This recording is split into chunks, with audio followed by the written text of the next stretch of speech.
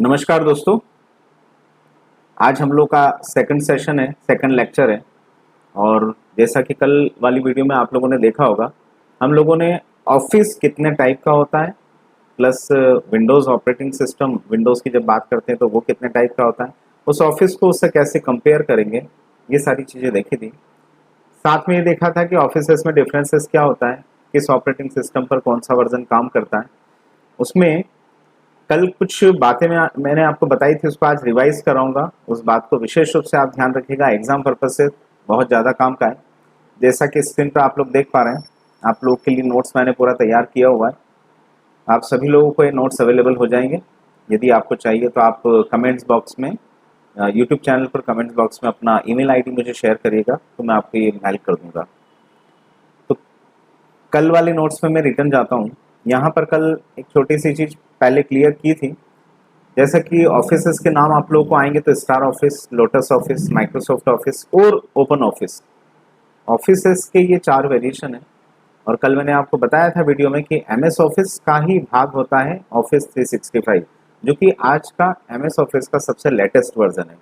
पर कई लोग इसको अलग समझते हैं और एग्जामिनेशन के हिसाब से भी अलग से इसका नाम लिख दिया जाता है। एमएस ऑफिस के साथ ऑफिस 365 लिख दिया जाता है, तो वहाँ पर एक कन्फ्यूज़न क्रिएट होता है। तो इस चीज़ का आप लोगों को ध्यान रखना है। क्वेश्चनिंग जिस भी टाइप की होती है तो आप लोग को पता हो कि साहब एमएस ऑफिस जो है वो ऑफिस 365 का ही एक भाग है, सबसे लास्ट वाला उसका वर्जन है। नेक्स्ट, ओपन ऑफिस की बात करें तो ओपन ऑफिस का ही पार्ट लिब्रे ऑफिस होता है। ये भी आपको ध्यान रखना है कि जिस प्रकार से ओपन ऑफिस ओपन प्लेटफॉर्म पे काम करता है, हर एक विंडो पर काम कर लेता है, चाहे वो विंडोज हो, यूनिक्स हो, लिनक्स हो, ऐसे ही लिब्रे ऑफिस भी ओपन ऑफिस का ही एक भाग है और ये भी अलग अलग प्लेटफॉर्म पे वर्किंग कर सकता है। चलिए इससे आगे बढ़ते हैं। तो कल सारी चीज़ें आप लोग को मैं सोचता हूँ क्लियर हो ही चुकी होगी। यदि कुछ चीज़ समझ में नहीं आती है तो आप वीडियो को एक बार रिपीट करके देखिएगा। क्योंकि इंट्रोडक्शन है तो आपको समझ में आ ही जाएगा। आज जो हम शुरू कर रहे हैं, माइक्रोसॉफ्ट वर्ड प्रोग्राम, मैन हम लोग का जहाँ से काम चालू होता है, एमएस वर्ड में स्टार्टिंग करेंगे हम फीचर्स ऑफ एमएस वर्ड से। सबसे पहला पार्ट होता है फीचर्स का। तो कई बार एग्जाम में पूछे गए क्वेश्चंस कि एमएस वर्ड में कौन कौन सी फीचर्स होती है, या ऐसा पूछ लेते हैं, कोई एक वर्डिंग लिख दिया, title bar, menu bar, standard bar वगैरह कुछ, और पूछ लिया कि क्या इनमें से कोई एमएस वर्ड की फीचर है। तो आप लोग को उसके नाम याद रखना है और आपको बताना है कि हाँ ये एमएस वर्ड की फीचर है या नहीं है। तो यहाँ स्टार्टिंग होती है टाइटल बार से। जब भी फीचर्स की बात करेंगे, फीचर्स का मतलब होता है एमएस वर्ड के भाग। एमएस वर्ड किस किस भाग से मिलकर के बना हुआ है। तो यहाँ पर आप लोग देख पा रहे हैं, सबसे पहली फीचर टाइटल बार। मैं अपने माउस पॉइंटर से आपको बता रहा हूँ, जहाँ पर आपके प्रोग्राम का टाइटल लिखा है, टाइप्स ऑफ ऑफिस, ये मेरी फाइल का नाम है, और वर्ड, माइक्रोसॉफ्ट वर्ड की हम बात कर रहे हैं तो वर्ड लिखा हुआ है, ये हम लोगों के प्रोग्राम का टाइटल है। इस टाइटल की जो कंडीशन है तो ये हम लोगों का सबसे पहले टाइटल बार हुआ। सेकंड नंबर पे बोलता है मेन्यू बार। तो आप लोग को होम, इंसर्ट, ड्रॉ, डिजाइन, ये सारे मेन्यू दिख रहे हैं, ये हमारा मेन्यू बार होता है। इस मेन्यू बार के साथ में और इस मेन्यू बार के बाद में ऑफिस बटन और रिबन आता है। ये मैं वर्जन जो चला रहा हूँ ये है ऑफिस 2019। यदि 2019 से पहले हम बात करें तो ऑफिस 16 हो गया, या फिर 13 हो गया, 10 हो गया, तो आप लोग उसमें देख पाएंगे कि यहाँ पर माइक्रोसॉफ्ट विंडोज का जो लोगो होता है, यहाँ पर एक बटन होता है उसका, उस लोगो को ही ऑफिस बटन के नाम से जाना जाता है। तो ये चीज आप लोगों को यहाँ पर ध्यान रखना है। तो आप लोगों को याद रखना है हमेशा कि ऑफिस बटन की जब बात होती है तो ऑफिस बटन यहाँ पर, जैसे फाइल मेन्यू दिया है तो फाइल मेन्यू की जगह पर आप लोगों को माइक्रोसॉफ्ट विंडोज का जो लोगो होता है वो आप लोगों को दिखेगा, उसे हम ऑफिस बटन कहते हैं। ऐसे ही फिर रिबन की बात करें तो मेन्यू बार को जब आप लोग ओपन करते हैं, किसी भी मेन्यू को ओपन करते हैं, जैसे मैंने होम पर क्लिक किया तो ये जो विंडो आपके सामने आई है, ड्रॉप डाउन विंडो, इसको हम यहाँ पर रिबन के नाम से जानते हैं। याद रखने वाली बात कि जैसे ही हम बाहर क्लिक करते हैं ये रिबन हाइड हो जाएगी, और जैसे ही किसी मेन्यू पर क्लिक करेंगे ये रिबन आप लोग के सामने आ जाएगी। तो जब कभी भी आप लोगों को रिबन की बात होती है कि फीचर्स में रिबन किसे कहते हैं, तो ये वाला जो पार्ट होता है आपका, हर एक मेन्यू के अपने जो ऑप्शंस होते हैं वो रिबन वाला भाग होता है। आगे बढ़ते हैं, रूलर की बात करें तो आप लोग ध्यान से देखिएगा, माइक्रोसॉफ्ट वर्ड में टॉप साइड पर हॉरिजेंटल और लेफ्ट साइड पर वर्टिकल पार्ट जो आपको दिख रहा है व्हाइट कलर में, जिसपे कि आपको 1 2 3 4 दिख रहा है, ये रूलर होते हैं। और रूलर का जो काम होता है वो होता है किसी भी पेज की मार्जिन सेट करना, कि किसी भी डॉक्यूमेंट्स पर जो भी डेटा आप लोग लिखोगे तो उसका लेफ्ट और राइट से कितना मार्जिन छोड़ना है और टॉप और बॉटम से कितना मार्जिन छोड़ना है। जैसे कि मैं कर्सर को ऊपर ले जाता हूँ और यहाँ पर आप लोग देख पाएंगे कि ये जो टॉप साइड पे मैंने मार्जिन छोड़ा हुआ है लगभग 1 से 2 इंच का, ये जो 1 इंच मार्जिन या 2 इंच मार्जिन छोड़ा हुआ है इसको मैं यहाँ पर रूलर के थ्रू सेट करता हूँ। ये पेज सेटअप की सेटिंग होती है एक्चुअली। तो कभी भी आपसे पूछ लिया जाए कि रूलर कहाँ होता है, कितने होते हैं, तो आप बता सकते हैं कि यहाँ पर जो रूलर होता है वो किसी भी पेज के टॉप पे और लेफ्ट पर किसी पेज की मार्जिन को सेट करने के लिए यूज़ किया जाता है। ऐसे ही एक पार्ट होता है डॉक्यूमेंट्स और एप्लीकेशन बैकग्राउंड। तो सीपीसीटी का क्वेश्चन था लास्ट टाइम पर कि माइक्रोसॉफ्ट वर्ड का सबसे बड़ा भाग कौन सा होता है। अब यदि आपसे पूछ ले कि माइक्रोसॉफ्ट वर्ड में सबसे बड़े भाग को या सबसे बड़े पार्ट को क्या कहते हैं, तो वो आपको रटा हुआ होना चाहिए कि हम जिस जगह पर काम करते हैं, जो हमारा वर्क एरिया होता है, इसी को हम डॉक्यूमेंट्स या फिर एप्लीकेशन बैकग्राउंड कहते हैं। तो पहला क्वेश्चन तो ये बनता है कि सबसे बड़ा भाग क्या है, तो आप लोगों को ध्यान रखना है डॉक्यूमेंट्स और एप्लीकेशन बैकग्राउंड। लेकिन कभी कभी पूछ लेते हैं कि एप्लीकेशन, माइक्रोसॉफ्ट वर्ड में एप्लीकेशन बैकग्राउंड का दूसरा नाम क्या है। अब यहाँ पर 100% जनता जितनी भी है उन लोगों को रटा हुआ है कि डॉक्यूमेंट्स होता है। माइक्रोसॉफ्ट वर्ड में जहां काम करते हैं उसको डॉक्यूमेंट्स कहते हैं, लेकिन ये नहीं पता होता है कि इसे एप्लीकेशन बैकग्राउंड भी कहते हैं। तो क्वेश्चन करने वाले एग्जाम में एमपीपीएससी हो या जो भी कॉम्पिटिटिव एग्जाम हो, वहां पर क्वेश्चन जो होता है तो वो लोग आपको घुमाने के लिए पूछ लेंगे कि एप्लीकेशन बैकग्राउंड का दूसरा नाम क्या होता है। तो वो रटा हुआ होना चाहिए कि एप्लीकेशन बैकग्राउंड, ऐसा बैकग्राउंड जहां पर एप्लीकेशंस टाइप की जाती हैं उसको हम डॉक्यूमेंट्स कहते हैं। तो ये दोनों चीजें, चाहे डॉक्यूमेंट्स हो या एप्लीकेशन बैकग्राउंड हो, दोनों आप लोगों को रटना है। माइक्रोसॉफ्ट वर्ड का सबसे बड़ा भाग क्या है तो वो भी आपको ध्यान रखना है। आगे चलते हैं तो फिर स्क्रॉल बार की बात होती है। जब भी हम बात करते हैं यहाँ पर इस डॉक्यूमेंट के नीचे जो पार्ट दिख रहा है जिससे कि हम डॉक्यूमेंट्स को लेफ्ट और राइट मूव कर पा रहे हैं, ये आपका स्क्रॉल है। ऐसे ही टॉप और बॉटम की बात करते हैं तो इधर राइट साइड में आप देखेंगे तो ये आपका स्क्रॉल है। तो स्क्रॉलिंग के थ्रू आप डॉक्यूमेंट्स को टॉप बॉटम या लेफ्ट राइट स्क्रॉल कर पाते हैं, उसको मूव कर पाते हैं, ये आपका स्क्रॉल होता है। अब ध्यान रखने वाली बात क्या है, एग्जाम वाले जब भी पूछेंगे तो एग्जाम में क्वेश्चन कैसे होंगे, रूलर और स्क्रॉल के, कि डॉक्यूमेंट के किस पोजीशन पर रूलर अवेलेबल होता है, डॉक्यूमेंट की किस पोजीशन पर आपका स्क्रॉल बार अवेलेबल होता है। तो आप लोगों को ध्यान रखना है कि डॉक्यूमेंट के टॉप और लेफ्ट पर हमेशा रूलर रहेगा और डॉक्यूमेंट के बॉटम पर और राइट पर हमेशा स्क्रॉल बार रहेगा। तो इनकी पोजीशन आपको हमेशा ध्यान रखने को रहेगी। नेक्स्ट और लास्ट जो है वो है स्टेटस बार। इसी डॉक्यूमेंट का एक भाग स्टेटस, आप लोग इसी स्क्रॉल के नीचे वाला जो ये पार्ट देख रहे हैं ये पूरा स्क्रॉल आपका स्टेटस कहलाता है। इस स्टेटस में क्या क्या होता है, तो आप कितने पेज आपने अभी टाइप कर लिए हैं और आप अभी किस पेज पर हैं। जैसे टोटल पेज इसमें बता रहा है नंबर ऑफ पेज 4 है, लेकिन अभी एक्टिव पेज 3rd नंबर का है। अभी मैं जो हूं वो 3रे नंबर के पेज पर वर्किंग कर रहा हूं, इसके बाद एक पेज और आ जाएगा। ऐसे ही अभी तक आपने इस डॉक्यूमेंट पर कितने वर्ड्स टाइप कर दिए, प्लस इसमें जो इंग्लिश यूज कर रहे हैं वो कौन सी है, ये पूरी जानकारी आप लोगों को यहाँ पर मिल जाती है। तो स्टेटस का जो काम होता है वो होता है आपके डॉक्यूमेंट्स के ऊपर कौन सा पेज है, कितने पेज है, कितने वर्ड्स टाइप कर दिए, कौन सी लाइन पर, ये सब कुछ शो करने का काम होता है। तो ये एरिया आप लोग को हमेशा ध्यान रखने का है। ऐसे ही इस स्टेटस के बाद में पास में जाएंगे राइट साइड पर, तो ये आपका लेआउट एरिया है। इस लेआउट में आप लोगों को क्या मिलेगा, तो डॉक्यूमेंट्स के 4 या 5 टाइप के लेआउट होते हैं। एक ड्राफ्ट हो गया, ड्राफ्ट के साथ प्रिंट लेआउट हो गया, प्रिंट के साथ आउटलाइन हो गया और वेब लेआउट हो गया। इस टाइप से जो लेआउट्स होते हैं वो सब यहाँ से सेट होते हैं। ये क्या होते हैं ये भविष्य में आपको अगले जो नोट्स हैं उसमें मालूम पड़ेगा। आगे बढ़ते हैं तो ये सारी फीचर्स हैं जो कि पूरे एमएस वर्ड को बनाने में मदद करती है। यहाँ से हम आगे बढ़ते हैं तो सिस्टम हमारा कहता है कि अब शुरुआत हमारी जो होती है वो होगी शॉर्टकट से। और आप सभी लोगों को ध्यान रहे, अभी हम लोग जिस शॉर्टकट्स की बात कर रहे हैं तो यहां पर मैं बात कर रहा हूं फंक्शन की शॉर्टकट्स की। आज से शुरुआत जो कर रहा हूं वो फंक्शन की शॉर्टकट्स की कर रहा हूं। और फंक्शन की कौन सी की होती है, तो आप लोगों के सामने कीबोर्ड अवेलेबल है, इसमें फंक्शन की के बारे में बताऊं तो इस कीबोर्ड में आप लोगों को दिख रहा होगा F1 से लेकर F12 तक, हर कीबोर्ड में F1 से F12 तक फंक्शन कीज होती है। तो ये जो सारे फंक्शंस हैं, जिन लोगों को फंक्शन की नहीं मालूम है, जिन्होंने कीबोर्ड नहीं देखा है, तो वो लोग जो फर्स्ट टाइम पे कंप्यूटर को देख रहे हैं, ऐसे बहुत सारे लोग हैं जो फर्स्ट टाइम में इस वीडियो को देख रहे होंगे, तो उन लोगों को इस कीबोर्ड का इंट्रोडक्शन, एक शॉर्ट इंट्रोडक्शन दे देता हूं, ताकि कभी भी मैं जिस वर्ड का यूज करूं, कभी कंट्रोल बोलता हूं, कभी शिफ्ट बोलता हूं, कभी अल्टर का यूज करूंगा, कभी विंडो लोगो बोलूंगा, कभी स्पेस बोलूंगा, तो कभी स्केप बोलूंगा, तो आप लोगों को ये वर्डिंग याद होना चाहिए। तो यहाँ पर इस कीबोर्ड को कितने भागों में डिवाइड किया हुआ है एग्जाम में, इस कीबोर्ड में से एक क्वेश्चन निकल करके आएगा जरूर आपके सामने सीपीसीटी में। तो ये एक नंबर भी आपको कंफर्म करना है कि जब इस कीबोर्ड को मैं देखता हूं तो सबसे ऊपर वाला ये जो पार्ट दिख रहा है फंक्शन की से ऊपर, ये आपका मल्टीमीडिया कीज के लिए होता है। ये जो कीज दिख रही है इसको मल्टीमीडिया कीज बोलते हैं, जो कि मल्टीमीडिया फंक्शंस में यूज होती है। जैसे आप लोग कोई मूवी वगैरह ऑपरेट, कोई सॉन्ग चला रहे हैं या मूवी चला रहे हैं, प्ले कर रहे हैं, तो इसको प्ले करना या पॉज करना, या फिर साउंड्स वगैरह को म्यूट कर देना, साउंड को इंक्रीज करना और डिक्रीज करना, नेट वगैरह पे होम पेज पर जाना, मेल करना हो तो मेल के लिए डायरेक्ट ऑप्शन है। तो ऐसे करके ये सारे मल्टीमीडिया फंक्शंस यूज होते हैं। नेक्स्ट सिस्टम रहता है, ये वाला जो एरिया यहां से यहां तक दिख रहा है ये पूरा फंक्शन की एरिया है। तो F1 की से लेकर F12 तक 12 इसमें फंक्शन की होती है। कभी कभी तो एग्जाम में यही पूछ लेते हैं कि कीबोर्ड में कितनी फंक्शन की होती है, तो आप लोगों को रटा होना चाहिए कि कीबोर्ड में 12 फंक्शन की होती है, 12 फंक्शन की होती है। ऐसे ही इस पार्ट के नीचे वाला ये जो भाग है, यहां नीचे से लेकर के ध्यान रखिएगा ये पूरा एरिया, इससे इतना एरिया, ये जो है इसको बोलते हैं अल्फा न्यूमेरिकल कीबोर्ड।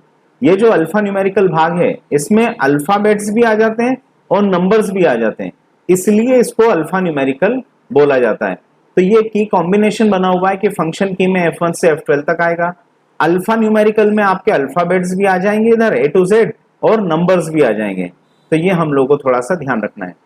तीसरी चीज आप लोगों को याद रखना है, यहाँ पर ये जो यहाँ पर कीज दी हैं, प्रिंट स्क्रीन हो गया, स्क्रॉल लॉक हो गया या पॉज ब्रेक हो गया, then insert, home, page up, page down, end delete, ये जो पार्ट होता है इसको बोला जाता है स्पेशल कीज। ये सारी कीज आपको स्पेशल कीज में काउंट की जाती है। तो ये थर्ड पार्ट होगा कीबोर्ड का। नेक्स्ट फोर्थ नंबर पे बोला जाता है एरो कीज। यहाँ पर ये जो कीज दिख रही है इनको एरो कीज का एक अलग से कॉम्बिनेशन यहाँ पर गैप देकर के अलग से रखा गया है। तो 4 एरो की होती हैं, अप, डाउन, लेफ्ट और राइट। ऐसे ही फिर ये लास्ट वाला जो भाग होता है इसको कहा जाता है न्यूमलॉक या न्यूम पेड, नंबर पेड। तो यहाँ भी आप लोगों को सारे नंबर्स वगैरह मिलेंगे। ये इन नंबर से आप भविष्य में देखेंगे कि हम लोग कई सारे सिंबल्स, जितने भी कंप्यूटर में हम लोग कीबोर्ड से सिंबल्स टाइप करते हैं, नंबर्स टाइप करते हैं, कैरेक्टर टाइप करते हैं, उन सभी का एक आस्की कोड होता है। वो कोड यहाँ से टाइप करने पर वो लेटर टाइप किया जा सकता है। जैसे एग्जाम्पल के लिए मैं बताऊं कि आपको स्मॉल ए या कैपिटल ए टाइप करना है और मान लो कि ये की खराब हो गई है, तो आप यहाँ पर अल्टर की को प्रेस करके एक कोड प्रेस कर देंगे 65, तो वहां पर 64 या 65, तो वहां पर आपका ए आ जाएगा। तो कंडीशन है वहां पर कि यहां से भी हम लोग इस कीबोर्ड को ऑपरेट कर सकते हैं। आगे बढ़ते हैं। ये सारा होने के बाद एक जो मेन चीज छूटती है जो एग्जाम पर्पज से हमेशा सामने आएगी, तो अक्सर लोग ये कोई किसी बच्चे को पता हो, कोई बुक में पढ़ा हो, किसी सेंटर पर उसने स्टडी किया हो, तो इतना तो समझ में आ जाता है कि चलो की कॉम्बिनेशन में यहाँ पर कीबोर्ड का जो डिवाइडेशन किया उसमें मल्टीमीडिया फंक्शन हो गए, आपके फंक्शन की शॉर्टकट्स हो गए 12, अल्फा न्यूमेरिकल पार्ट हो गया जिसमें A to Z और नंबर सब आ जाता है, देन फिर स्पेशल कीज हो गई, प्रिंट स्क्रीन, स्क्रॉल लॉक, साथ में pause break, home, end, page up, page down, insert, delete, ये सारा, देन एरो कीज हो गई 4, और न्यूमलॉक या न्यूम पेड हो गया, नंबर पेड, उसका एक अलग भाग। तो ये 5 भागों में डिवाइड किया है। पर जब हम बात करते हैं अल्फा न्यूमेरिकल कीपैड की, तो आप लोगों को रटा हुआ होना चाहिए कि इसमें शिफ्ट, कंट्रोल, विंडो, लोगो की और अल्टर, ये सारी कीज, देन इधर भी आपको ये सारा कॉन्सेप्ट दिख रहा है, इनको मॉडिफायर कीज के नाम से जाना जाता है। ये रट लेना कि ये जो कीज होती हैं इनको मॉडिफायर कीज के नाम से जाना जाता है। तो कभी भी जब हम किसी शॉर्टकट को चलाएंगे तो आपको एक चीज रटी हुई होनी चाहिए कि यदि मैं डायरेक्ट किसी लेटर को प्रेस करता हूं तो स्मॉल होगा, लेकिन शिफ्ट के साथ प्रेस करता हूं तो वो कैपिटल हो जाएगा। इसको छोड़कर यदि कंट्रोल की बात करें या विंडो की बात करें या अल्टर की बात करें तो ये सारे फिर शॉर्टकट्स में कन्वर्ट हो जाते हैं। इसी शिफ्ट को फिर मैं कंट्रोल के साथ या अल्टर के साथ यूज करूंगा तो वो शॉर्टकट में कन्वर्ट हो जाएगा। तो अब आगे हम लोग जब शॉर्टकट्स पढ़ेंगे और वहां पर यदि मैं शिफ्ट का यूज करता हूं या कंट्रोल बोलता हूं या विंडो बोलता हूं या अल्टर बोलता हूं, तो आप लोग कम से कम ये समझें कि हाँ, इस कंट्रोल के साथ ए प्रेस करना है, कंट्रोल के साथ एस बोल रहे हैं, या फिर शिफ्ट के साथ F1, शिफ्ट के साथ F2, F3, F5। तो आपकी मॉडिफायर कीज के साथ में हम लोग की कॉम्बिनेशन बनाएंगे जो कि शॉर्टकट्स में यूज होना है। तो आगे बढ़ते हैं। उम्मीद करता हूँ ये जो मैंने बताया है आपको समझ में आया होगा। इसकी जरूरत पड़ेगी बाद में तो फिर से इसको ओपन करेंगे, अभी क्लोज कर देते हैं। चलिए, तो माइक्रोसॉफ्ट वर्ड में हम बात कर रहे हैं आज फंक्शन कीज की। एमएस वर्ड में फंक्शन कीज के शॉर्टकट्स कौन कौन से होते हैं, कितने होते हैं? तो लगभग देखा जाए तो 50 से 60, 50 to 60 शॉर्टकट्स कीज होती हैं सिर्फ फंक्शन कीज की। उसमें से मैं आज आप लोगों को F1 से F12 विदाउट एनी मॉडिफायर की, मतलब सिर्फ F1 F2 F3 से क्या होता है, तो F1 से F12 तक 12 कंडीशन ये सीखेंगे। इस फंक्शन के साथ में शिफ्ट के साथ F1 और F12 लास्ट तक क्या करेगा ये देखेंगे। हो सका टाइम रहा थोड़ा तो हम लोग कंट्रोल के साथ ये सारे फंक्शंस कैसे काम करते हैं ये भी आज की वीडियो में देखेंगे। तो स्टार्टिंग करते हैं फंक्शन की शॉर्टकट की। सबसे पहले दिया हुआ हेल्प साइन, आप लोगों को याद रखना है। एक वर्ड बोल रहा हूं, यूनिवर्सल की। सीपीसीटी या किसी भी कॉम्पिटिटिव एग्जाम में ये वर्ड हमेशा यूज हुआ है कि यूनिवर्सल की के नाम से आप किस की को बोलते हैं या किस की के बारे में बताते हैं। तो कीबोर्ड में F1 एक ऐसी की होती है जिसको कि यूनिवर्सल की के नाम से जाना जाता है। और इसको ऐसा क्यों बोलते हैं? क्योंकि F1 का जो काम होता है वो वर्ड हो या एक्सेल हो, PowerPoint, Outlook, Access, PageMaker, Corel, Photoshop, Notepad, WordPad, Microsoft Windows खुद क्यों ना हो, हर जगह पर F1 का काम हेल्प का ही होता है। बाकी सारी की अपने हिसाब से अलग अलग प्रोग्राम में अपना जो काम है, अपना जो वर्किंग है वो चेंज कर देती है। लेकिन F1 एक ऐसा फंक्शन है जो कि हर प्रोग्राम में केवल हेल्प देने का ही काम करता है, इसलिए इस की को यूनिवर्सल की के नाम से जाना जाता है। तो जब कभी भी एग्जाम में ऐसा पूछ लिया जाए कि कीबोर्ड में ऐसी कौन सी की है जिसको यूनिवर्सल की बोलते हैं, तो वो आपको रटना है कि F1 की होती है। चलो आगे बढ़े। तो हेल्प की जब बात करते हैं, मैंने यहां पर F1 को प्रेस किया, जैसे ही F1 प्रेस किया आपके सामने हेल्प विंडो आ जाएगी। आपको माइक्रोसॉफ्ट वर्ड से रिलेटेड जो भी हेल्प लेना है, चाहे वो कोई कमांड हो, चाहे कोई शॉर्टकट हो, कोई भी कंडीशन, तो आप यहां पर लिख करके उसके बारे में डिटेल्स यहां से ले सकते हैं, चाहे शॉर्टकट से क्यों ना हो। आगे बढ़ते हैं हेल्प लेकर के। यदि आप चाहें तो हेल्प लेकर बता देता हूं। जैसे कि मैंने इससे पूछा F1 से क्या होता है और इंटर कर दिया, तो यहां पे F1 से रिलेटेड जो भी इंफॉर्मेशन उसके पास है वो सब कुछ यहां पर शो कर देगा। तो यहां आप लोगों के पास ऐसे ही फिर मैंने वापस से दिया इसको एक कमांड, आप बताएं कि F2 की क्या काम करती है। तो जैसे ही मैंने F2 लिखा और एंटर किया तो वहां पर रिजल्ट आ जाएगा और वहां पर कई सारी अलग अलग जगह पर F2 के क्या काम है वो सारे आप लोग के सामने आ जाएंगे। तो ये जो सिस्टम है यहाँ पर, जैसे F2 अभी हम लोग पढ़ने वाले, F2 क्या करता है, F2 alone cuts the selected content to the clipboard. यहां से किसी टेक्स्ट को कट करके रख लेता है क्लिपबोर्ड पे। तो हम अभी F2 में यही देखने वाले कि मूव टू टेक्स्ट, किसी टेक्स्ट को मूव करना मतलब कट करना। तो ये कंडीशन है कि यहाँ पर आपको इससे रिलेटेड हर एक कमांड सीखने को मिलेगी।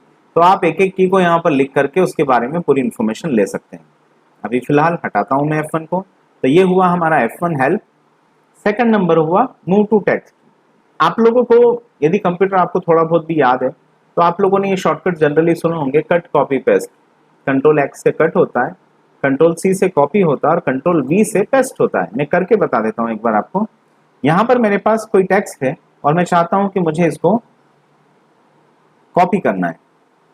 तो मैंने इस टेक्स्ट को सिलेक्ट किया हुआ है, कंट्रोल C प्रेस कर रहा हूं, कंट्रोल के साथ C प्रेस किया। अभी बताया था थोड़ी देर पहले कीबोर्ड में कंट्रोल की होती मॉडिफायर की, तो कंट्रोल के साथ C को प्रेस किया तो ये डेटा कॉपी हो गया।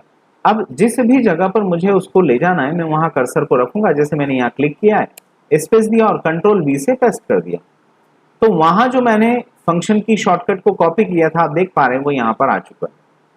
मैं इसको अभी कंट्रोल Z कर देता हूँ, अंडो कर देता हूँ ताकि ये रिवर्स हो जाए वापस अपनी जगह पर।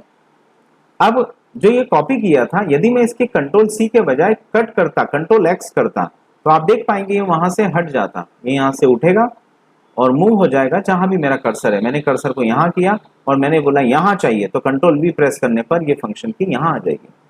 तो कट में और पेस्ट में कितना अंतर है? कट एक जगह से टेक्स्ट को मूव करके दूसरी जगह पर प्लेस कर देता है और शिफ्ट कर देता है, और कंट्रोल C से जब कॉपी करते हैं तो वो एक जगह पर जहां पर है वहां तो रहते ही है, और एक्स्ट्रा जहां भी आप उसको ले जाना चाहते हैं, जो भी कंडीशन जहां भी कर्सर आपका रहेगा वहां पर कितनी ही बार पेस्ट कर सकते हैं। जब मैं कॉपी और कट के लिए पेस्ट की बात करता हूं कंट्रोल V की, तो ये क्वेश्चन बनता है कि किसी भी कट या कॉपी किए हुए टेक्स्ट को आप कितने टाइम्स पेस्ट कर सकते हैं। तो याद रखिएगा कितनी भी बार। जितनी बार आप चाहते हैं उतनी बार पेस्ट कर सकते हैं, इसकी कोई लिमिट्स नहीं है।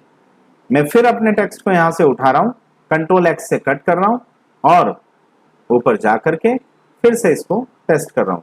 तो जैसे ही कंट्रोल वी किया यहाँ पर ये पेस्ट हो गया।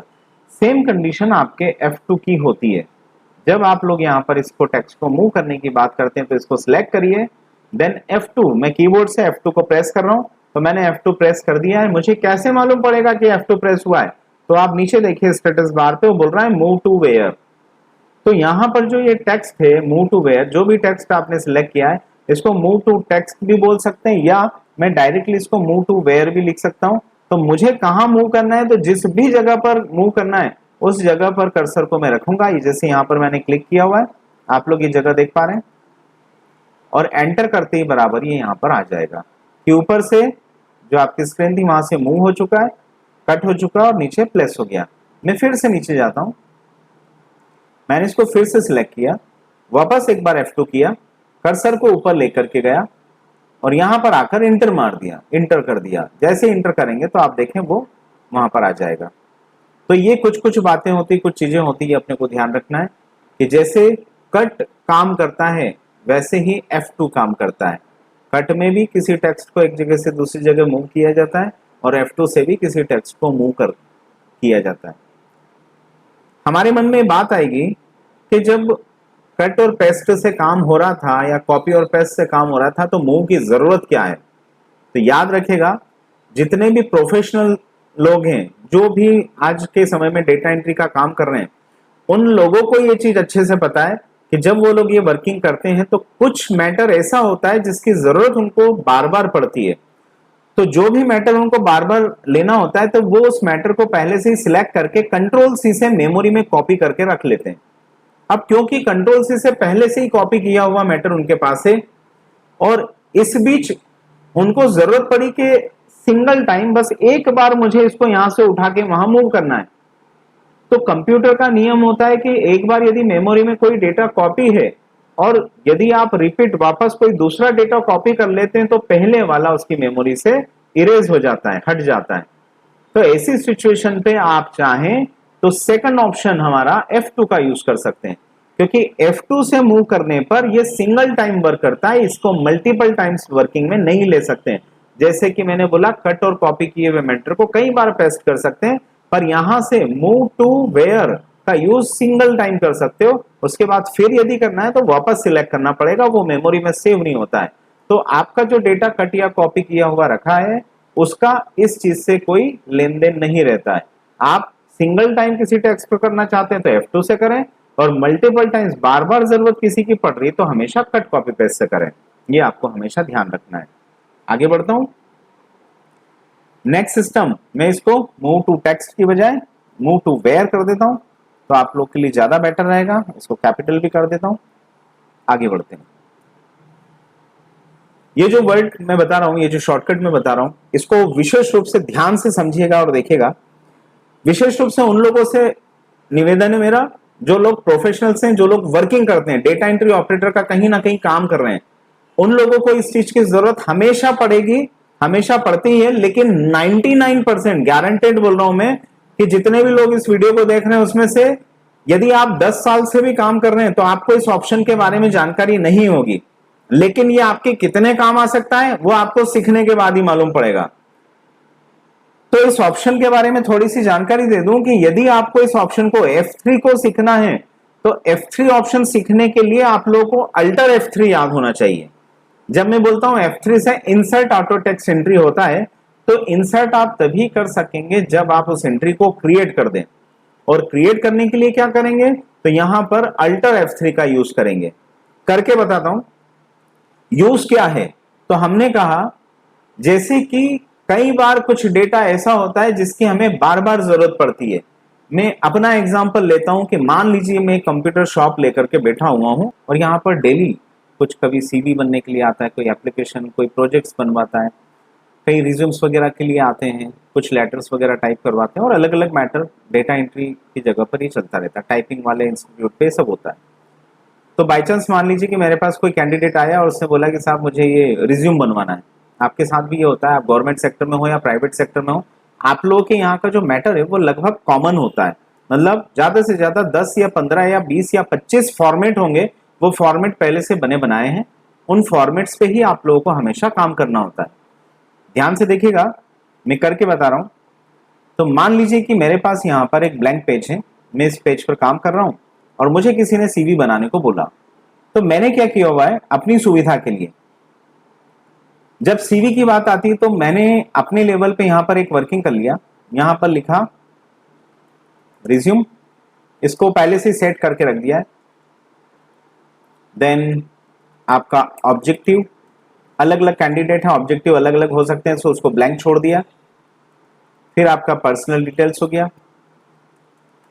पर्सनल डिटेल में भी मैंने क्या किया हुआ है, name, father's name, date of birth, address, contact number, और क्या ले सकते हैं आप, मैरिटल स्टेटस, देन फिर जेंडर, जो भी हेडिंग्स आप लोगों को एक पर्सनल डिटेल देने में लगती है वो आप लोग यहाँ पर सारी टाइप कर सकते हैं। लास्ट में अभी फिलहाल नेशनलिटी लेके इसको छोड़ देता हूँ। इसके बाद फिर आपका रहता है एजुकेशनल क्वालिफिकेशन,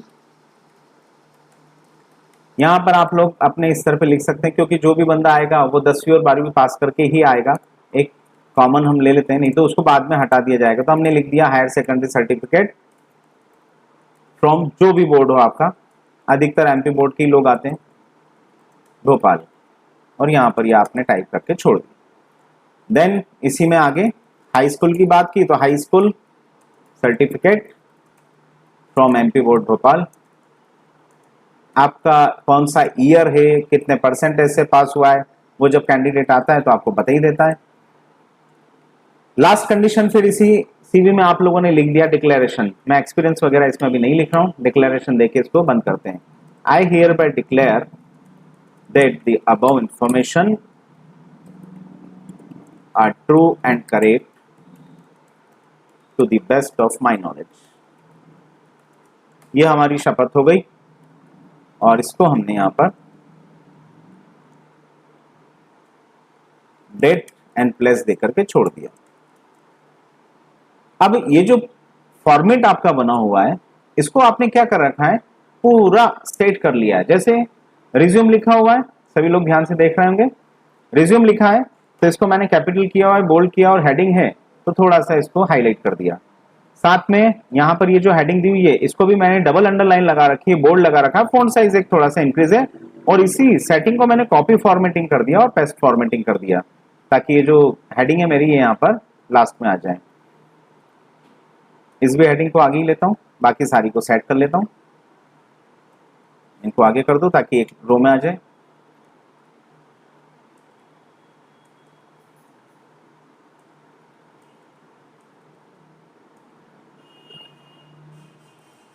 इस हेडिंग को भी पेस्ट फॉर्मेटिंग कर देते हैं, इनको बुलेट्स अप्लाई कर देते हैं और थोड़ा सा इंक्रीज इंडेंट लगा देते हैं। डिक्लेरेशन भी हेडिंग ही है, पेस्ट फॉर्मेटिंग करते हैं आप लोग, ताकि हेडिंग सारी आप लोगों की एक जैसी दिखती रहे।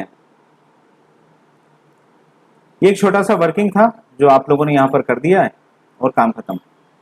ये जो फॉर्मेट आपने बनाया, अब ये एक ऐसा फॉर्मेट बन चुका है कि कभी भी कोई भी सीवी के लिए आपके पास, रिज्यूम के लिए आपके पास आएगा तो ये फॉर्मेट लगभग ऐसा ही कंटेंट आप लोगों को लगता है। तो आप लोग क्या करेंगे, बात हम कर रहे हैं किसकी, F3 और अल्टर F3 की। तो मैं इस टेक्स्ट एरिया को पूरा सिलेक्ट कर रहा हूं, ध्यान से देखिएगा। सिलेक्ट करने के बाद अल्टर F3 से इसको क्रिएट कर लें। किससे करेंगे, अल्टर देन F3। तो मैंने यहां पर अल्टर के साथ F3 प्रेस किया, आप लोग देख पा रहे हैं एक प्रोसेस चल रही है और आपके सामने एक डायलॉग बॉक्स आया है, इसका नाम दे रहा है ये क्या, क्रिएट न्यू बिल्डिंग ब्लॉक। ये बिल्डिंग ब्लॉक वर्ड जो है रट लेना, सीपीसीटी हो या कोई अदर कॉम्पिटिटिव एग्जाम हो, या तो वो लोग क्रिएट ऑटो टेक्स्ट एंट्री बोलेंगे, क्रिएट ऑटो टेक्स्ट एंट्री के अल्टर F3 से क्या होता है पूछ सकते हैं, या पूछ सकते हैं क्रिएट ऑटो टेक्स्ट एंट्री का शॉर्टकट क्या है, या ये वर्ड यूज कर लेंगे बिल्डिंग ब्लॉक का शॉर्टकट क्या होता है।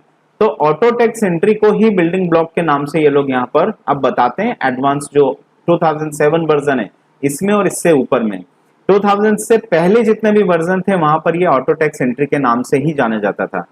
तो जब मैं यहाँ पर बात करता हूँ, इतना बड़ा सीवी मैंने बना दिया, उसको सिलेक्ट कर दिया और इसको किसी भी एक शॉर्ट नेम से, जैसे मैंने सीवी के नाम से सेव कर दिया, आप देख रहे हैं यहाँ पर सीवी लिख दिया और मैंने इसको ओके कर दिया।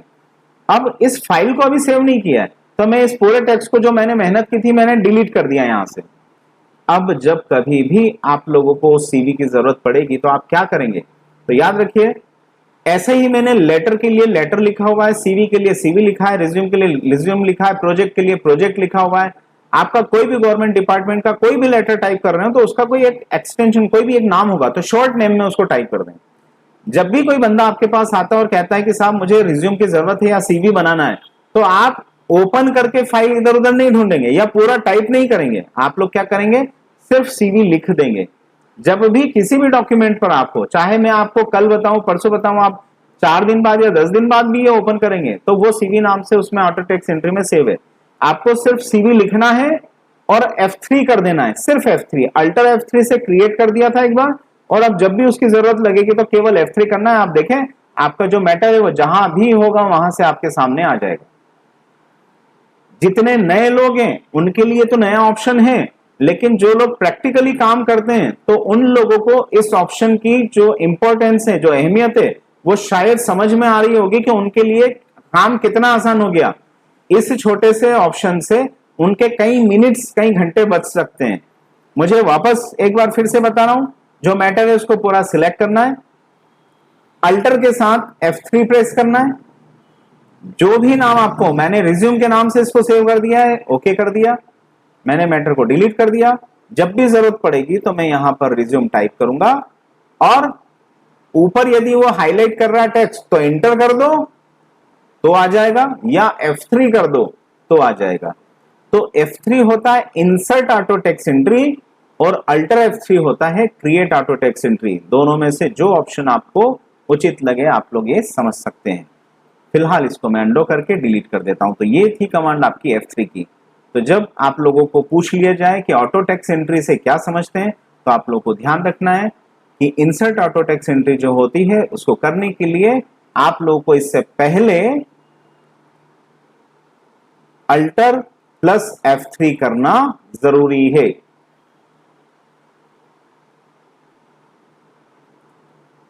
मैं इसमें लिख देता हूं, बिफोर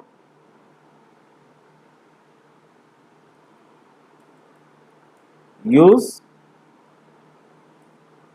F3 फंक्शन, या इसी को हम लोग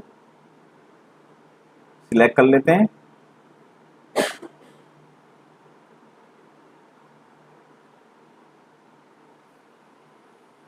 कि F3 फंक्शन को यूज करने से पहले आप लोगों को अल्टर F3 करना जरूरी रहेगा, ठीक है।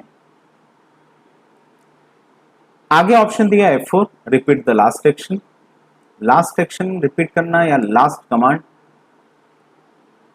बड़ा अच्छा सा ऑप्शन है। इसको भी फॉर्मेटिंग करने वाले, जो लोगों को दिन भर लेटर टाइप करना पड़ते हैं, उन लोगों के लिए बड़ी अच्छी सुविधा है कि जो काम आपने एक बार किया उसको फिर आप बार बार शॉर्टकट से या दूसरी कीज से ना करते हुए सिर्फ F4 प्रेस कर दे तो आपका काम हो जाएगा। जैसे रिपीट द लास्ट एक्शन, मैंने यहां पर A लिख दिया, अब F4 करूंगा तो A लिखना शुरू कर देगा। यदि मैंने यहां पर एक बार गैलेक्सी लिख दिया होता तो F4 करने पर वो वहां पर गैलेक्सी लिखना शुरू हो जाएगा। मैं नीचे एंटर करता हूं। ऐसे ही मैंने यदि एक बार इसको डिलीट किया होता तो F4 डिलीट करना शुरू कर देगा, बैक स्पेस करना शुरू कर देगा। कहने का मतलब है कि आप लोग जो भी एक्शन एक बार रिपीट करते हैं, एक बार एक्शन कोई करते हैं तो उसको रिपीट करने का काम इसका होता है, चाहे वो कुछ डिलीट करना हो, चाहे कुछ लिखना हो, बोल्ड करना हो, इटैलिक करना हो। जैसे एक एग्जांपल मैं देता हूं कि मैंने यहां पर इसको सिलेक्ट किया और कंट्रोल बी से बोल्ड कर दिया। किसी टेक्स्ट को बोल्ड करने के लिए कंट्रोल बी होता है, तो एक बार आप कंट्रोल बी चला दें, इसके बाद यदि मुझे इसको भी बोल्ड करना होता तो मैं अब F4 करूंगा, ना कि कंट्रोल बी। तो जैसे ही F4 किया ये भी बोल्ड हो गया। मुझे इसको भी बोल्ड करना है तो F4 किया, ये भी बोल्ड हो गया। ये सिस्टम यहां चलता है। तो इसी को कहते हैं रिपीट द लास्ट एक्शन। आखिरी में जो भी कमांड चलाइए उसको रिपीट करना। फिलहाल अंडो कर दिया, आगे बढ़ते हैं। नेक्स्ट है F5 गो टू कमांड। तो गो टू कमांड की जो कंडीशन होती है वो क्या, गो टू का मतलब होता है किसी जगह पर जाना। F5 करता हूं तो यहां पर आप लोग को ये सीधे से find replace go to dialog box पे ले जाएगा। तो गो टू में बोलता है किसी पेज पर, सेक्शन पर, line, bookmark, comments, footnote, and note, ऐसी कई भी जगह। आप इतने सारी चीजों में क्या समझते हैं, तो आप पेज भी समझते हैं और लाइन भी समझते हैं। यदि आपके पास यहाँ पर दिख रहा है 5 पेज है नीचे की तरफ स्टेटस बार पे, तो मैं यहाँ पर पेज पर क्लिक करता हूं, मुझे बोला गया फर्स्ट पेज पर जाइए, तो आप डायरेक्ट नंबर 1 टाइप करके सीधे से पहले पेज पर आ जाएंगे। यदि मैं बोलता हूं 5th पेज नंबर पर चलना है तो ये सीधा 5th पे आ जाएगा। मैं अपने 3rd पेज पर चलना चाहता हूं तो वापस आप अपने 3rd पेज पे आएंगे। 4th पे वर्किंग चल रहा था तो आप अभी 4th पे आ गए। इस टाइप से आप पेज नंबर पर या किसी लाइन पर आराम से जा सकते हैं नंबरिंग टाइप करके। तो ये एक F5 कमांड हुई गो टू सिस्टम, कैसे जाना है। इसके बाद आपका होता है F6 go to next pen. अब आप ये ध्यान रखिए पेन में स्पेलिंग क्या है, PANE। तो ये जो PANE पेन है ये PEN पेन वाला पेन या PAIN पेन वाला पेन नहीं है, ये PANE पेन है। इसका मतलब होता है कोई भाग। हमारी जो स्क्रीन दिख रही है इस स्क्रीन पर कितने पार्ट हैं, कितने स्विच दे रखे हैं, तो ये एक प्रकार का switch between the document, document पर जो अलग अलग भाग होते हैं उस पर जाने के लिए एक स्विच है F6। यहां पर मैं देख पा रहा हूं कि मेरा पहला पार्ट तो मेन्यू है, मेन्यू के बाद दूसरा भाग में देख पा रहा हूं कि स्टेटस है, स्टेटस के बाद मैंने बताया था कि ये लेआउट या जूम एरिया होता है। तो जब कभी भी मुझे इधर उधर जाना होता है तो मैं यहां पर कर्सर को क्लिक कर रहा हूं, मैं सिर्फ F6 को प्रेस करूंगा। आप लोग देखें आपका कर्सर ऊपर की तरफ जा चुका है, फिर F6 किया तो आप देखें स्टेटस बार पर यहां पर आ चुका है, फिर F6 करेंगे तो आप मेन्यू पर गए और मेन्यू के बाद फिर F6 करेंगे तो कर्सर डॉक्यूमेंट पर आ चुका है। कहने का मतलब है कि आपको मेन्यू पर जाना हो, हेल्प साइन पर जाना हो या फिर स्टेटस पर आना हो और फिर से डॉक्यूमेंट पर जाना हो तो यहां से ऊपर नीचे ये मूव करने का काम करता है। और इसी का उल्टा शिफ्ट F6 होता है गो टू प्रीवियस पेन, तो जो फॉर्मेट उसका चलता है उसी का रिवर्स ऑर्डर हो जाएगा। F7 spelling and grammar, exam के पर्पज से IMPA, CPCT या किसी भी एग्जाम में पूछ लिया जाता है कि जब कभी भी वर्ड, एक्सेल वगैरह में हम लोग को स्पेलिंग चेक करना होती है तो किस फंक्शन का यूज करते हैं, तो वो F7 है। जैसे ही आप F7 करेंगे आप लोगों के इसमें कोई भी स्पेलिंग मिस्टेक होगी तो आपके सामने यहाँ पर स्पेलिंग इन ग्रामर विंडो आ जाएगी और आप यहाँ पर इसको करेक्ट कर सकते हैं। जैसे अभी करेक्ट करने के लिए बोल रहा है कि आपका जो 2 है वो कैपिटल है T, तो ये T कैपिटल नहीं होना चाहिए, सजेशन दे रहा है कि वो स्मॉल होना चाहिए तो स्मॉल करके आगे बढ़ जाएगा। ऐसे ही द स्पाइक लिखा है तो बता रहा है द स्पाइक में जो कंडीशन आप लोगों ने दी है उसमें स्पेस ज्यादा लग गई है। यहाँ पर दिख रहा है आपको बिटवीन इन दोनों वर्ड के बीच में स्पेस डबल हो गई है तो वो स्पेस का मैटर बता रहा है। तो जैसे ही मैं इस पर क्लिक करूंगा वो उसकी स्पेस को कम कर देगा। फिर ये पूरे डॉक्यूमेंट में जहां भी मिस्टेक्स हैं तो एक एक करके आप गलतियों को सुधारते जाएं, ये आगे बढ़ता जाएगा। जैसे बता रहा है विन वर्ड आपने लिखा तो विन वर्ड में W कैपिटल इस टाइप से लिखा जाना चाहिए, तो ये कंडीशन हमारे पास चलती रहेगी। फिलहाल इसको हटाता हूं, तो ये है हमारा स्पेलिंग एंड ग्रामर। वापस हम लोग चलते हैं नीचे, नेक्स्ट सिस्टम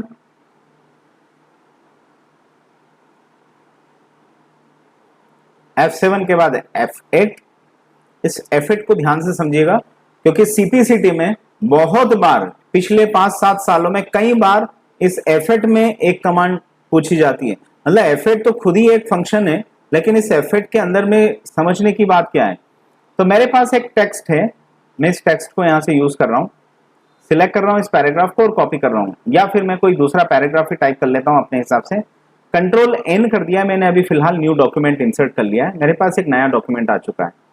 इस नए डॉक्यूमेंट पर आप लोगों के समझने के लिए, जिन लोगों की टाइपिंग स्पीड कम है और जिन लोगों को ये शॉर्टकट्स प्रैक्टिकली करके देखना है, तो कई बार ये होता है कि जब भी आपको शॉर्टकट चलाना है तो आपके सामने मैटर लिखा होना जरूरी है। याद रखिएगा ब्लैंक डॉक्यूमेंट पर शॉर्टकट्स नहीं चलते हैं, डॉक्यूमेंट पर कोई मैटर होगा तो आपके शॉर्टकट्स आसानी से और अच्छे से चलेंगे।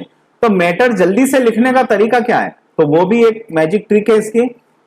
जो भी लोग इसको देख रहे हैं वीडियो को, ध्यान रखिएगा। यहां पर आप लोग करिए इक्वल्स टू, एक कमांड चलती है RAND, देन स्मॉल ब्रैकेट, कितने पैराग्राफ और कितने सेंटेंस चाहिए। तो मैंने कहा मुझे एक सेंटेंस चाहिए एक पैराग्राफ में, और ब्रैकेट क्लोज करके सिर्फ एंटर लगाना है। ध्यान से देखिएगा इस कमांड को, जैसे ही मैंने एंटर किया तो वहां पर एक सेंटेंस आ गया और ये सिंगल पैराग्राफ में है।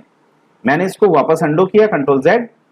मैंने यहां पर आगे की तरफ सेंटेंस को बढ़ा दिया, मुझे 2 सेंटेंस चाहिए, 2 पैराग्राफ चाहिए, एक सेंटेंस चाहिए। तो आप देख रहे हैं एक लाइन ऊपर आ गई और एक लाइन नीचे, मतलब 2 पैराग्राफ हैं और सेंटेंस पैराग्राफ में एक एक ही है। मैं फिर से अंडो कर रहा हूं, मैंने इसमें थोड़ा सा चेंज किया।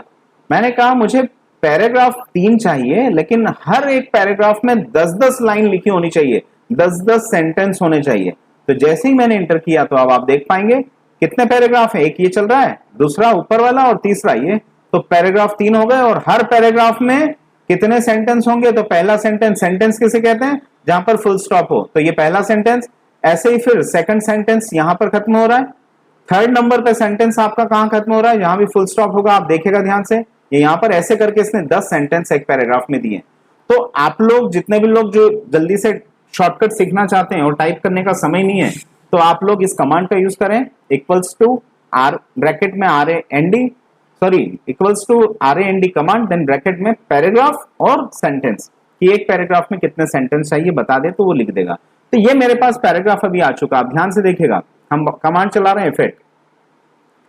F8 का जो काम होता है, यदि F8 फंक्शन को आपने सिंगल टाइम प्रेस करके रखा है, मैंने यहां पर F8 को एक बार प्रेस कर दिया, तो यदि मैंने F8 को प्रेस कर दिया तो F8 जो काम करेगा वो क्या, आप देख पा रहे हैं, मैं एरो चला रहा हूं यहां पर कीबोर्ड से, एरो प्रेस करने पर ये सिलेक्शन शुरू कर देगा, और मैंने शिफ्ट को यूज नहीं किया है। आप सभी को अच्छे से पता होगा कि जब भी कोई टेक्स्ट को सिलेक्ट किया जाता है तो शिफ्ट और एरो से होता है, पर यहां पर मैंने किसी भी शिफ्ट का यूज नहीं किया है, डायरेक्ट एरो का यूज कर रहा हूं। क्यों, क्योंकि मैंने एक बार F8 को प्रेस कर दिया है, तो F8 को प्रेस करने से शिफ्ट प्रेस हो जाता है, और फिर आप लोग इसको सिलेक्शन को अपने अकॉर्डिंग सेट कर सकते हैं। इसको हटाना हो तो एक बार स्केप कर दें, ESC सबसे पहली की होती कीबोर्ड की, स्केप करने से ये सिलेक्शन फिर से हट जाएगा। ठीक, यदि उसी F8 को मैं 2 बार प्रेस करता तो ध्यान से देखिए, मैं इस वर्ड पे हूं और मैंने F8 को 1 और 2 बार प्रेस किया, तो पता चला 2 बार F8 को जल्दी जल्दी प्रेस करने से वर्ड सिलेक्ट होता है, एक शब्द को सिलेक्ट कर लेता है। यदि इसी को मैंने 3 बार प्रेस किया होता तो क्या होता, तो देखिएगा मैं 3 बार प्रेस कर रहा हूं F8 को, 1, 2 और 3, तो पता चलेगा ये किसी पैराग्राफ के एक सेंटेंस को सिलेक्ट करेगा। एक बार प्रेस करने पर शिफ्ट एक्टिवेट होता है, सिलेक्शन एक्टिवेट होता है, 2 बार प्रेस करने पर वर्ड सिलेक्ट होता है, 3 बार प्रेस करने पर सेंटेंस सिलेक्ट होता है, और 4 बार प्रेस करने पर 1, 2, 3, 4 पैराग्राफ सिलेक्ट होता है। यदि आपके डॉक्यूमेंट्स में आपको किसी पैराग्राफ को सिलेक्ट करना है, प्रैक्टिकल वर्किंग वाले लोग जो डेटा एंट्री का काम डेली करते हैं, उन लोगों के लिए सबसे अच्छी चीज है, उन लोगों को इस चीज का यूज, इसका बहुत फायदा होने वाला है। तो मैंने 4 बार प्रेस किया तो पूरा पैराग्राफ उसने 1 सेकंड में जल्दी से सिलेक्ट कर दिया। यही कंडीशन होती और मुझे 5 बार प्रेस करने पे क्या मिलता, तो मैंने किया 1, 2, 3, 4, 5, तो आप देखेंगे सिलेक्ट ऑल हो चुका है। जो कमांड आपकी चलती है कंट्रोल ए, उस फॉर्मेट में ये कंट्रोल ए मान सकते हैं कि पूरा मैटर, जो भी जितने भी पेज है वो पूरा ही सिलेक्ट हो जाएगा। इसी का उल्टा शिफ्ट F8, F8 को बोलते हैं extend selection, extend selection, selection को एक्सटेंड करना मतलब बढ़ाना, एक्सटेंड करना मतलब सिलेक्शन को बढ़ाना, लेकिन हम उसको करना चाहते हैं श्रिंक सिलेक्शन, तो श्रिंक करना मतलब उसको वापस से कम कर देना। तो मैं उसी फॉर्मेट में शिफ्ट के साथ F8 को प्रेस कर रहा हूं, तो ये पैराग्राफ पे आया, फिर ये सेंटेंस पे आया, फिर ये वर्ड पे आया, अब ये वर्ड से भी हट के नॉर्मल सिलेक्शन पे हो गया। तो जिस फॉर्मेट में आप F8 को 1 से लेकर 5 तक ले जाते हैं, शिफ्ट के साथ 5 to 1 कर दें, तो ये उसको श्रिंक कर देगा। ये हमेशा याद रखेगा, बड़े काम की चीज है। इस डॉक्यूमेंट को मैं अभी फिलहाल क्लोज कर रहा हूं ताकि हम अपने वापस फाइल पर चले जाएं। इसमें कमांड देख पा रहे हैं F9। अभी मैं आपको F9 फंक्शन नहीं पढ़ा रहा हूं इस नोट्स में, और F11 को भी अभी नहीं पढ़ाऊंगा। F9 और F11 विदाउट एनी मॉडिफायर की, प्लस शिफ्ट के साथ, कंट्रोल के साथ, अल्टर के साथ, ये सारा एक साथ बताऊंगा टेबल में। ये सारी जो कमांड्स हैं ये टेबल के लिए होती है, ये डायरेक्ट ऐसी फाइल पर नहीं चलेगी। तो जब आप किसी वर्ड में किसी टेबल को बनाते हैं और उसमें जब आपको प्लस, माइनस, इंटू, डिवाइड जैसे कोई फंक्शंस यूज करना होते हैं, तो वहां पर फील्ड और फॉर्मूले के लिए F9 और F11 फंक्शंस होते हैं। तो अभी हम जब ये शॉर्टकट सारे कंप्लीट करेंगे, उसके बाद फिर एक पूरा सेशन इस F9 और F11 का ही रखेंगे, तो इसके लिए थोड़ा सा आप लोग इंतजार करिएगा। लास्ट हम पहुंचते हैं F10 पर। तो F10 पर दिया एक्टिव द मेन्यू बार, आप लोग ध्यान से देखिएगा। आप लोगों का ये जो मेन्यू है, होम, इंसर्ट वगैरह, तो सिर्फ F10 को प्रेस करने पर आपका मेन्यू एक्टिव हो जाता है। देख पा रहे कर्सर पहुंच गया, मतलब मेरा माउस पॉइंटर तो यहां है, मैंने यहां से क्लिक नहीं किया, लेकिन सिर्फ F10 प्रेस करने से मेन्यू एक्टिव और इनएक्टिव हो जाता है, ये दिख पा रहा होगा। अब याद रखने वाली बात कि इसी चीज को एग्जाम वाले F10 से भी पूछ सकते हैं और इसी शॉर्टकट को अल्टर के साथ भी यूज किया जा सकता है कि सिर्फ अल्टर की प्रेस करने पर ALT, कीबोर्ड में जो कंट्रोल विंडो के पास अल्टर होता है, ALT की होती है, इसको प्रेस करने पर मेन्यू बार एक्टिव होता है, इसीलिए इसको बोलते हैं active the menu bar. Menu को एक्टिव करने के लिए या तो आप अल्टर की का यूज करें या फिर F10 की का यूज करें। चलिए, ये एक सिंपल सी चीज है। लास्ट में कंडीशन चलती है सेव एज। आप सभी लोगों को अच्छे से पता होना चाहिए कि किसी फाइल को सेव करने के लिए सभी लोग कंट्रोल एस करते हैं, और उसी का एक और शॉर्टकट होता है शिफ्ट F12, कि यदि आप कंट्रोल एस से फाइल सेव करें तो फाइल सेव होगी, और शिफ्ट F12 से सेव करें तो भी फाइल सेव होगी। लेकिन यहां पर F12 करते हैं तो बोलता सेव एज। किसी सेव फाइल को, यदि कोई फाइल पहले से सेव है और उसको आप किसी दूसरे नाम से सेव करना चाहते हैं तो इसके लिए आपको सेव एज करना होता है। एक और बात, यदि कोई फाइल सेव नहीं है उसको भी सेव एज से फर्स्ट टाइम में सेव किया जा सकता है, लेकिन यदि कोई फाइल पहले से सेव है, जैसे इस फाइल को मैंने टाइप्स ऑफ ऑफिस के नाम से सेव किया हुआ है और मैं कंट्रोल एस करूंगा तो ये फाइल अब वापस से किसी दूसरे नाम से सेव नहीं होगी, पर मैं चाहता हूं कि इस फाइल को किसी दूसरे नाम से भी सेव करना है तो मैं F12 कर दूंगा। जैसे ही F12 करूंगा तो मेरे सामने सेव एज विंडो आ जाएगी। ये जो सेव एज विंडो है, आप यहां पर अपनी फाइल का आप कोई दूसरा नाम देकर इसको किसी दूसरे नाम से आसानी से सेव कर सकते हैं। फिलहाल मैं अभी ऐसा कुछ नहीं कर रहा, कैंसिल करते हैं, ये काम खत्म। तो आज के इस सेशन में हम लोगों ने F1 से F12 तक जो फंक्शन कीज होती है ये सारी पढ़ी। आप लोग इसको ध्यान से देखेगा। नेक्स्ट लेक्चर शिफ्ट के साथ F1 से F12 का रहेगा, और हो सका तो मैं आपको आज शाम तक ही इस लेक्चर को अवेलेबल करवा दूंगा, ताकि एग्जाम से पहले पहले हमको पूरा MS ऑफिस कंप्लीट करना है। 25 तारीख को MPPSC के एग्जाम्स हैं और उसके बाद CPCT अगले महीने 7 और 8 को आ रही है। तो हम कोशिश ऐसी करेंगे कि ज्यादा से ज्यादा लेक्चर्स इस 25 से पहले भी दे दें, ताकि MPPSC वाले लोगों को भी इस चीज का बेनिफिट मिल जाए। क्योंकि ऐसा सुना है मैंने, MPPSC में भी कंप्यूटर का 20 नंबर का पार्ट आ रहा है, उसमें fundamental, operating system, Word, Excel, PowerPoint, internet, ये सारी चीजें पूछी जा रही है। तो आज का सेशन हम लोग यहीं पे खत्म करते हैं। आप सभी लोगों का बहुत बहुत धन्यवाद।